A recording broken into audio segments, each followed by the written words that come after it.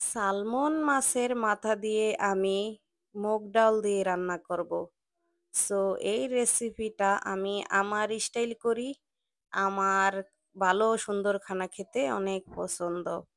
আসসালামু আলাইকুম, সবাই কেমন আছেন? আমি আজকে একটা ডিফারেন্ট রেসিপি নিয়ে আসলাম সবার জন্য। সালমন ফিশের মাথা দিয়ে আমি কিভাবে ডাল রান্না করি। সালমন মাছের মাথাটা আমি ছোট ছোট করে কেটে নিয়েছি। এখন আমি এগুলাকে লবণ দিয়ে ভালোভাবে লবণ মেখে লবণের ভিতরে তারপরে আমি ওয়াশ করে নিব। কি সুন্দর ছোট ছোট টুকরা আমি অলরেডি লবণ দিয়ে তারপরে ধুয়ে নিয়েছিলাম। এখন আবারও ভালোভাবে ধুয়ে নিচ্ছি।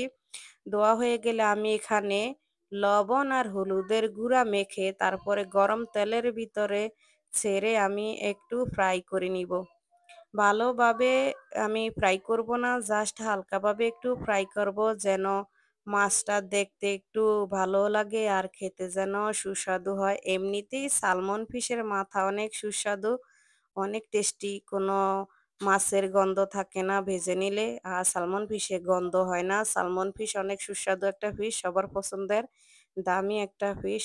সো আমার মাথাটা আমি সালমন ফিশের মাথাটা আমি সুন্দরভাবে হালকাভাবে ফ্রাই করে নিচ্ছি। এখন ফ্রাই হয়ে গেলে আমি এগুলাকে উঠিয়ে নিব।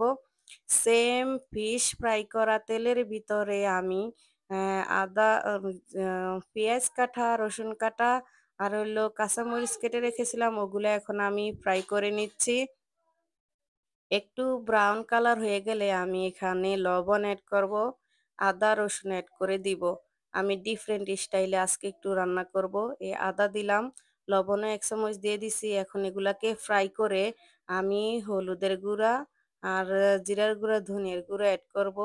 আজকে টমেটো আমি পরে দিব, একটু ডিফারেন্ট স্টাইলে রান্নার স্টাইলটা আজকে শেয়ার করব। হলুদ দিয়ে দিলাম ১ চামচ, এখন আমি ধনিয়ার গুঁড়া দিয়ে দিলাম ১ চামচ আর জিরার গুঁড়া দিয়ে দিছি। এখন এটা হলো শাহি মসলার গুঁড়া, এটা অনেক গ্রান আসে খেতে, সবাই জানে শাহি মসলার গুঁড়া মানে কি। সো আমার এটার একটা রেসিপিও আছে, একটা ভিডিও আছে শাহি মশলা বানানোর স্টাইলের। এখন আমি এগুলাতে মশলাগুলাতে টমেটো অ্যাড করে নেড়ে ছেড়ে নিচ্ছি। টমেটোগুলো আজকে আমি গলাবো না, একটু তার আমি ডাউলও অ্যাড করে দিলাম।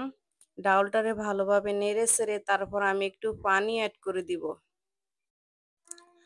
পানি অ্যাড করে দিছি এইজন্য যে ডাউলটা আমি মসলার ভিতরে অ্যাড করে দিছি এইজন্য টমেটো না গলিয়ে যেন আমার ডাউলটা আ হয়ে যাওয়ার সাথে সাথে টমেটোটাও হয়ে যায়।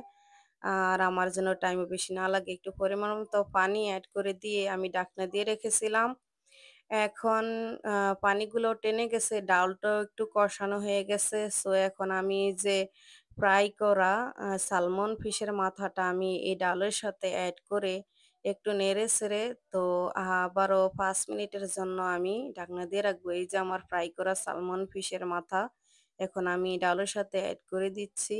এখন আমি একটু নেড়ে-চেড়ে তারপরে আমি ৫ মিনিটের জন্য ঢাকনা দিয়ে রাখবো।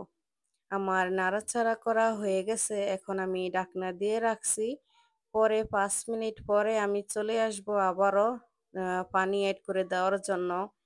সো আমার ঢাকনা দিয়ে আমি ৫ মিনিট পরে চলে আসলাম। এখন আমি নেড়ে নিচ্ছি। আমি অল্প পরিমাণে পানি দিয়ে এই ডাউলটা আমি সিজিয়ে নেব। তারপরে ধনিয়া পাতাও এড করে দিব। আমি নেড়েচেড়ে নিলাম পরিমাণ মতো। এখন আমি পানি এড করে দিচ্ছি।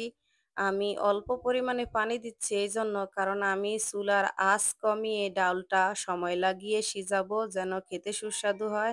মাছের মাথাটাও যেন ভেঙে না যায়। কারণ হলো সালমন ফিশের মাথা এমনিতেই নরম, হাড়গুলা তো অনেক নরম, খেতে অনেক সুস্বাদু হয়। সুন্দরভাবে ব্লক চলে আসছে, আমি ডেকে দিয়েছিলাম। আমার ডালগুলো সুন্দরভাবে সিজে গেছে। সো এখন আমি একদম ফ্রেশ ধনিয়া পাতা কেটে রেখেছিলাম। এই যে ডালগুলা নরম হয়ে গেছে, সিজে গেছে। চুলা কমিয়ে রাখার কারণে আমার মাছের মাথাগুলো অত গলে না, ঠিক আছে। আমি এখন কাটা ধনিয়া পাতা আমার এই ডালের সাথে এড করে নিচ্ছি। ফ্রেশ ধনিয়া পাতা, লাইক বাংলাদেশি ধনিয়া পাতার মতো অনেক ঘ্রাণ আসে। সো আমার এখন নেড়েচেড়ে নিচ্ছি। নাড়াচাড়া করা হয়ে গেলে আমি যে সবসময় তরকারির লাস্টে জিরার গুঁড়া এড করি। জিরার গুঁড়ো এড করলে অসাধারণ ঘ্রাণ আসে। সেম আজকেও ডালের সাথে আমি জিরার গুঁড়ো এড করে দিলাম। আমার রেসিপিটা যদি আপনাদের ভালো লেগে থাকে তাহলে আমার ভিডিও দেখে আমাকে লাইক কমেন্ট করে আমার পাশে থাকবেন। সবাই ভালো থাকবেন। আজকের জন্য বাই বাই। আল্লাহ হাফেজ।